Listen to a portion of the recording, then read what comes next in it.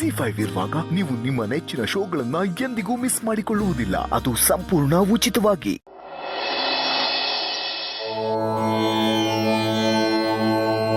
ಭಗವಂತ, ಇವತ್ತವರೆಗೂ ನನಗೋಸ್ಕರ ಅಂತ ನಾನು ಏನೂ ಕೇಳ್ಕೊಂಡಿಲ್ಲ.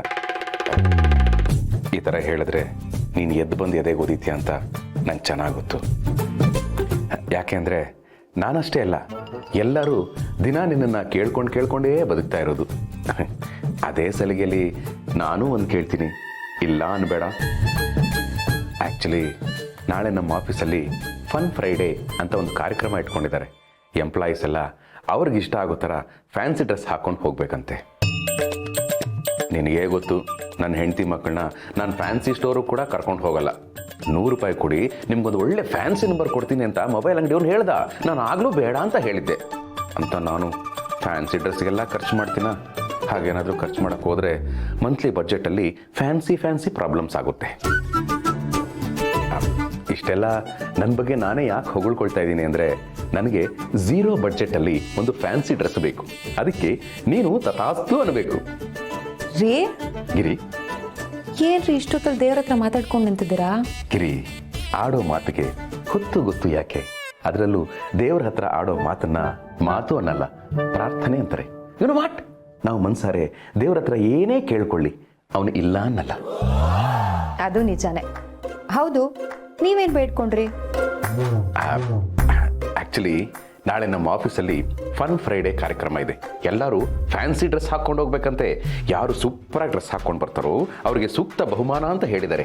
ಅದಕ್ಕೆ ಒಂದು 0 ಬಡ್ಜೆಟಲ್ಲಿ ಫ್ಯಾನ್ಸಿ ಡ್ರೆಸ್ಗೆ ಓಕೆ ಮಾಡಪ್ಪ ಅಂತ ಕೇಳ್ಕೊಳ್ತಾ ಇದ್ದೆ. ನಾನೊಂದು ಐಡಿಯಾ ಕೊಡ್ಲಾ? ಓ, ನೀವು ಶಿವಪ್ರಸಾದ್ ಗೆಟಪ್ಪಲ್ಲಿ ಹೋಗಿ, ಸೂಕ್ತವಾಗಿರತ್ತೆ, ಸೂಕ್ತ ಬಹುಮಾನನೂ ಸಿಗುತ್ತೆ. ಗಿರಿ, ದೇವ್ರ ಮನೇಲಿದ್ದೀನಿ, ಅದಕ್ಕೆ ನನ್ನ ತಲೆಗೆ ಬಾಯಿಗೆ ಏನು ಬರ್ತಾ ಇಲ್ಲ. ಇಲ್ಲೋ ಅಂದಿದ್ರೆ ಐಡಿಯಾ ಕೊಡ್ತಾಳಂತೆ. ಐಡಿಯಾ? ಅಯ್ಯ, ಮತ್ತೇನೇನ್ರಿ ನೀವ್ ಕೇಳ್ತಾ ಇರೋ 0 ಬಜೆಟ್ಗೆ ಇನ್ನೇನ್ ಹೇಳಕ್ಕಾಗತ್ತೆ? ಅಲ್ಲ, ಎಲ್ಲದರಲ್ಲೂ ಬಜೆಟ್ ತರ್ತಿರಲ್ಲ, ನಿಮ್ಗೇನು ಅನ್ಸಲ್ವಾ? ಅನ್ಸುತ್ತೆ. ಈ ಹೆಂಡತಿ, ಮಕ್ಕಳು, ಸಂಸಾರ ಇದೆಲ್ಲ ಯಾಕೆ ಬೇಕು ಅನ್ಸುತ್ತೆ. ರೀ, ಏನ್ ಮಾತು ಅಂತ ಆಡ್ತೀರಾ? ಸ್ವಲ್ಪನೂ ನೆಮ್ಮದಿಯಾಗಿರಕ್ಕೆ ಬರಲ್ವಾ ನಿಮ್ಗೆ? ನೀ ಬಿಡಲ್ವಲ್ಲ ರೀ, ಅಂದ್ರೆ ನನ್ನ ಮದುವೆ ಆಗಿ ನೀವು ನಿಮ್ಮ ನೆಮ್ಮದಿನ ಕಳ್ಕೊಂಡಿದ್ದೀರಾ ಅಂತ ಹೇಳ್ತಾ ಇದ್ದೀರಾ? ಮೌನಂ ಸಮ್ಮತಿ ಲಕ್ಷಣಂ. ಅಪ್ಪ ಭಗವಂತ, ಕರ್ಪೂರ ಖಾಲಿ ಆದ್ರೆ ದೀಪದಂಡೆಯಲ್ಲಿ ಮೇಂಟೈನ್ ಮಾಡ್ತೀನಿ, ದೀಪದಂಡೆ ಖಾಲಿ ಆದ್ರೆ ಊದಿನ ಕಡ್ಡಿನಲ್ಲಿ ಮೇಂಟೈನ್ ಮಾಡ್ತೀನಿ. ನನ್ನಂತ ಭಕ್ತೆಗೆ ನನ್ನ ಗಂಡನಿಂದ ಇಂಥ ಅಪವಾದನ? ಇದು ನ್ಯಾಯನ? ಇದು ನೀತಿನ? ಹೇಳು. ಸೀರಿಯಲ್ ಸ್ಟಾರ್ಟ್ ಆಯ್ತು. ಅಯ್ಯೋ, ನಿಂತ್ಕೊಳ್ಳಿ. ಈಗ ವಿಷಯ ನನ್ವರೆಗೂ ಬಂತಲ್ವಾ? ಆ ಭಗವಂತ ನನ್ನ ಮೂಲಕ ನಿಮ್ಮ ಪ್ರಾರ್ಥನೆನ ಈಡೇರಿಸ್ತಾನೆ. ಕೇಳಿಸ್ಕೊಳ್ಳಿ. ನಮ್ಮ ಶಂಕರಣ್ಣ ಇದ್ದಾರಲ್ಲ, ಅವ್ರ ಹತ್ರ ಕಾಡ್ ಮನುಷ್ಯ ಬಟ್ಟೆ ಹೊಲ್ಕೊಡಿ ಅಂತ ಯಾರೋ ಕಸ್ಟಮರ್ ಕೊಟ್ಟು ಹೋಗಿದ್ದಾರೆ. ಆ ಬಟ್ಟೆಗೆ ಕವಡೆ ಹಾಕೊಡಿ ಅಂತ ಶಂಕರಣ್ಣ ನನಗೆ ಕೊಟ್ರು. 1 ವಾರ ಆದ್ಮೇಲೆ ಅವ್ರು ಆ ಬಟ್ಟೆನ ಈಸ್ಕೊಂಡು ಹೋಗ್ತಾರಂತೆ. ನಾನು ಕೇಳಿದ್ರೆ ಶಂಕರಣ್ಣ ಇಲ್ಲ ಅಂತ ಅಂತೂ ಹೇಳಲ್ಲ. ನೀವ್ಯಾಕೆ ಕಾಡ್ ಮನುಷ್ಯ ಗೆಟಪ್ ಹಾಕೊಂಡು ಹೋಗ್ಬಾರ್ದು? ಕಾಡ್ ಮನುಷ್ಯನ್ ಡ್ರೆಸ್ಸಾ? ಏಯ್, ಸಖತ್ತಾಗಿದೆ ಐಡಿಯಾ. ಈ ಐಡಿಯಾ ನಮ್ಮ ಆಫೀಸಲ್ಲಿ ಯಾರಿಗೂ ಹೊಳೆದಿರಲ್ಲ.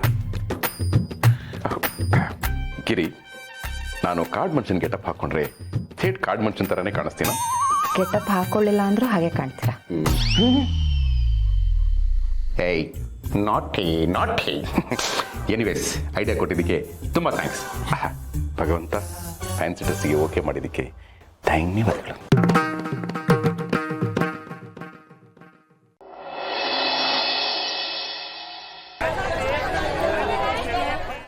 ಗಿರಿ, ನಾನು ಹೇಳಿ ಮಾಡಿಸ್ದಂಗಿದೆ ಅಲ್ವಾ? ಹೇಯ್, ಟೈಟ್ ಆಗುತ್ತೆ. ಲೂಸಾಗಿ ಹಾಕೊಂಡು ಹೋಗಿ ಎಲ್ರ ಎದುರುಗಡೆ ಬಿದ್ದೋಗ್ಬಿಟ್ರೆ ನಿಮ್ಮ ಮರ್ಯಾದನೆ ಅಲ್ವಾ ಹೋಗೋದು? ಗಿರಿ, ಆ ಡೀಲಿಂಗ್ ರಾಜು ದಿನ ಎಲ್ಲರ ಮುಂದೆ ಬಾಯಿಗೆ ಬಂದಂಗೆ ಬೈತಾ ಇರ್ತಾನೆ. ಹಾಗಾಗಿ ಅಲ್ಲಿ ಮರ್ಯಾದೆ ಅನ್ನೋದೇ ಉಳಿದಿಲ್ಲ. ಕಾರಣ ಇಲ್ಲದೆ ಕಾಲ್ ಕೆರ್ಕೊಂಡು ಕರೆದು ಬೈತಾರ ಆ ಡೀಲಿಂಗ್ ರಾಜು. ಹೋಗೋದು ಅವ್ರ ಮರ್ಯಾದನೆ ಹೊರತು ನಿಮ್ದಲ್ಲ. ಅದು ಸರಿ. ಕರೆದರೂ ಬಾರದವನನ್ನ ಕರೆದು ಹೋಗಿರುವವನೇ ಡೀಲಿಂಗ್ ರಾಜ. ಲೇ, ಸ್ಕೂಲ್ಗೆ ಹೋಗೋ ಸ್ಕಂದನೇ ಅವನ ಯೂನಿಫಾರ್ಮ್ನ ಅವನು ಹಾಕ್ಕೊಂಡು ಹೋಗ್ತಾನೆ.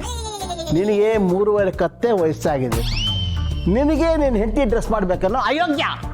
ಅಪ್ಪ, ಯಾಕಪ್ಪ ಪದೇ ಪದೇ ಕತ್ತೆ ಕತ್ತೆ ಅಂತ್ಯ ಅದ್ರ ಬದಲು ಹುಲಿ ಅಂತ ಹೇಳು, ಕಡೆ ಪಕ್ಷ ಟೈಗರ್ ಅನ್ನು. I be happy. ಹುಲಿ ಯಾವ ನೀನು? ಅಫ್ಕೋರ್ಸ್. ನೀ ಹುಲಿ ಅಲ್ಲ, ಇಲಿ. ಅಯೋಗ್ಯ ತಂದು. ಮಾವ ನನ್ನ ಮುಂದೆ ಇವ್ರಿಗೆ ಬೈಬೇಡಿ, ನಂಗೆ ಬೇಜಾರಾಗುತ್ತೆ. ಎಂಥ ಮಾಡ್ದಿ. ಬೇಕಾದ್ರೆ ನಾನು ಆಚೆ ಹೋಗಿರ್ತೀನಿ, ಬೈದಾದ್ಮೇಲೆ ಒಂದು ಕೂಗ್ ಹಾಕಿ ಬರ್ತೀನಿ. ಎಂಥ ಮಾಡ್ದಿ. ತಗೊಳಮ್ಮ, ಇದನ್ನೆಲ್ಲ ಹಾಕು, ಚೆನ್ನಾಗಿ ಕಾಣ್ತಾನೆ. ಮಾವ ಇದನ್ನೆಲ್ಲ ಹಾಕ್ಬಿಟ್ರಂತೂ ಥೇಟ್ ಕಾರ್ಡ್ ಮನುಷ್ಯನೇ. ಇದನ್ನ ಹಾಕ್ದೆ ಹೋದ್ರೂ ಕಾಡು ಮನುಷ್ಯನೇ. ಅಪ್ಪ ಯಾಕೆ ಹಿಂಗೆ ಬೈತಾ ಇದೆಯಾ? ಬೈತಾ ಇಲ್ಲ ಕಣೋ, ಹೊಗಳ್ತಾ ಇದ್ದೀನಿ. ಕಾಡು ಮನುಷ್ಯ ಅಂದ್ರೆ ಯಾರು?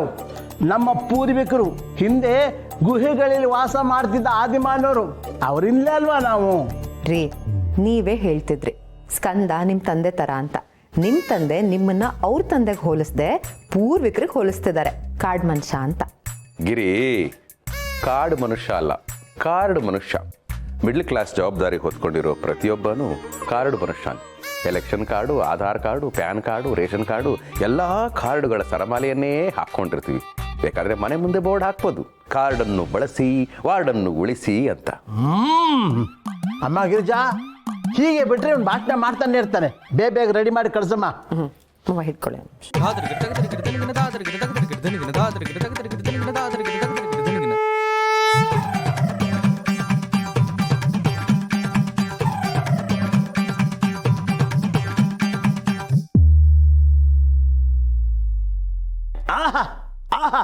ಒರಿಜಿನಲ್ ಕಾರ್ಡ್ ಮನುಷ್ಯರು ನಿನ್ನೆ ನಾನು ನೋಡ್ಬಿಟ್ರೆ ಅವರೇ ಭಯಪಟ್ಬಿಡ್ತಾರೆ. ಇಲ್ಲ ಕಣ, ಬೈತಾ ಇಲ್ಲ ಕಣೋ, ನನ್ನ ಕಣ್ಣೇ ನಿನ್ನ ಬಿಡುತ್ತೆ ಕಣೋ. ಕೊಂದ ಪುಟ್ಟ. ಸಂಕ್ರಾಂತಿ ಹಬ್ಬದ ದಿವಸ ಹೊಸ ಬಟ್ಟೆ ಹಾಕೊಂಡು ನೀನು ಮುಂದೆ ಬಂದಾಗ ನನ್ನ ಕಣ್ಣೇ ಬೀಳುತ್ತೆ ಅಂತ ಹೇಳಿದಿದ್ರೆ ಖುಷಿ ಪಡ್ತಾ ಇದ್ದೆ. ಕಾಡು ಮನುಷ್ಯನ್ ಗೆಟಪ್ಪಲ್ಲಿ ಇದ್ದೀನಿ, ಕಣ್ಣು ಬೀಳುತ್ತಂತೆ. ಕಣ್ಣು ಏನು ಹೇಳೋಣ ನಿನಗೆ? ಸಿಂಪಲ್ ಆಗಿ ಥ್ಯಾಂಕ್ಸ್ ಹೇಳ್ಬಿಡು. ಥ್ಯಾಂಕ್ಸು ಆಫೀಸಿಂದ ಬಂದ್ಮೇಲೆ ಹೇಳ್ತೀನಿ. ಈಗ ಬರ್ತೀನಿ. ಅಯ್ಯೋ ರೀ ರೀ, ಒಂದು ನಿಮಿಷ ಬಂದೆ. ಎಲ್ಲ ಸರಿ ಇದೆ ಇಲ್ಲ, ಇನ್ನೇನು ಬ್ಯಾಲೆನ್ಸ್ ಇದೆ? ಬಂದೆ ತಡಿಯ.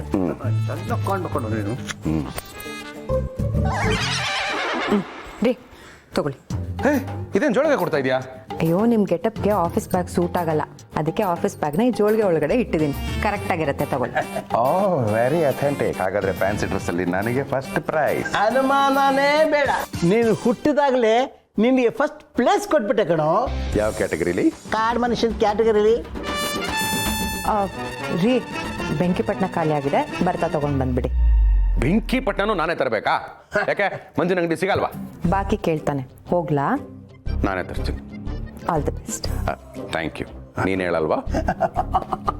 ಆಲ್ ದಿ ಬೆಸ್ಟ್ ಕಣ. ಹೊಡಿದಿರ ಹೇಳ್ಬೋದಾಗಿ. ಬಾಯ್ ರೀ, ಹುಷಾರು.